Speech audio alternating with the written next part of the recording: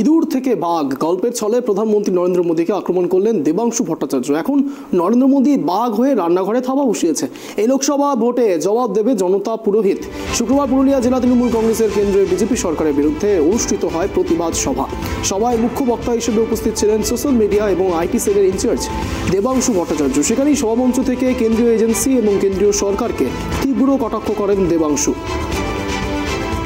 2014 সালের নরেন্দ্র মোদী ইঁদুর, তারপরে হয়েছে বেড়াল, সেখান থেকে হয়েছে বাঘ, আর বাঘ হয়ে জনতার গ্যাসের দাম করেছো 1200, জনতার কেরোসিন তেল করেছো 120। এই জনতাই হচ্ছে সেই গ্রিনকার, সেই পুরোহিত।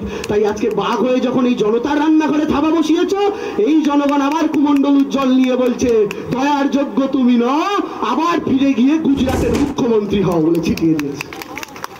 এই নরেন্দ্র মোদীর গতি আবার গুজরাট, সেই দিকেই সে ফেরত যাবে। দেশের প্রধানমন্ত্রী তার আর থাকার জায়গা নেই।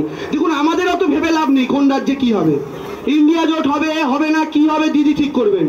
আমাদের একটাই কাজ, আমি আমার বুথ থেকে তৃণমূল কংগ্রেসের প্রার্থীকে আমার বুথ থেকে লিড দেবো।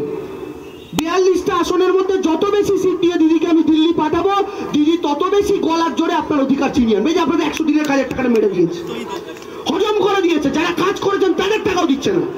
অভিষেক ব্যানার্জি যখন কথা বলতে গেলেন কেন্দ্রীয় মন্ত্রী হওয়া, প্রথমে গিরিরাজ সিং, অভিষেক ব্যানার্জি গেলেন দিল্লি, গিরিরাজ সিং পালিয়ে গেল বিহার।